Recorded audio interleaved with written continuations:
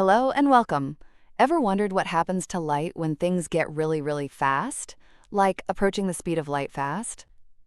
Einstein's theory of special relativity gives us the answers. And while these ideas about space, time, and light can seem pretty out there, they've been consistently proven by experiments for over a century. Let's start with something called the relativistic Doppler effect. You know how a siren changes pitch as an ambulance passes? That's the Doppler effect for sound. For light, it's similar, but with a twist from relativity: time dilation. This means time actually slows down for fast-moving objects compared to us standing still. So the color of light changes not just because a source is moving towards or away from us, but also because of this time stretching. A landmark experiment, the Ives-Stilwell experiment, first done in 1938 and refined many times since, directly showed this weird frequency shift. They even saw light change when the source moved sideways relative to the observer, a purely relativistic phenomenon called the transverse Doppler effect, which classical physics just can't explain. Modern experiments use superfast particles and precise lasers to confirm this to incredible accuracy. Next up is the aberration of light. Imagine you're walking in the rain. Even if the rain is falling straight down, you'd tilt your umbrella forward because of your motion. Right? Light does something similar.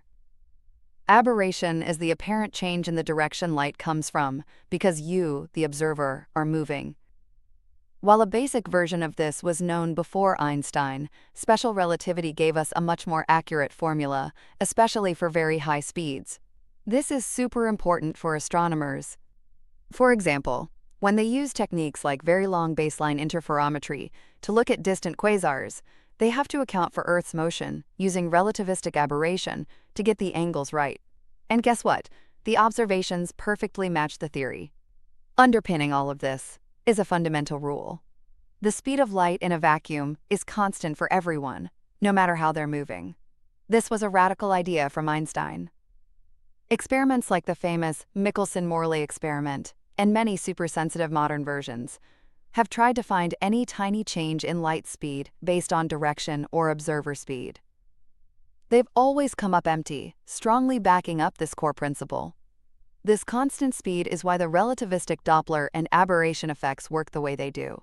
And these aren't just lab curiosities. Think about GPS. To get your location right, GPS satellites have to account for time dilation due to their speed. That's special relativity. And also how gravity affects time. That's general relativity.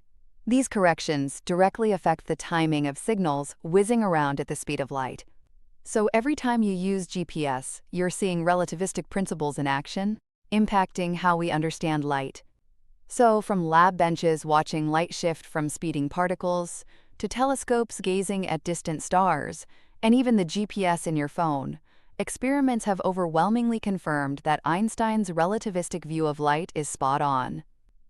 It's deepened our grasp of how the universe fundamentally works at extreme speeds, and scientists are still pushing the limits, testing these amazing theories even further.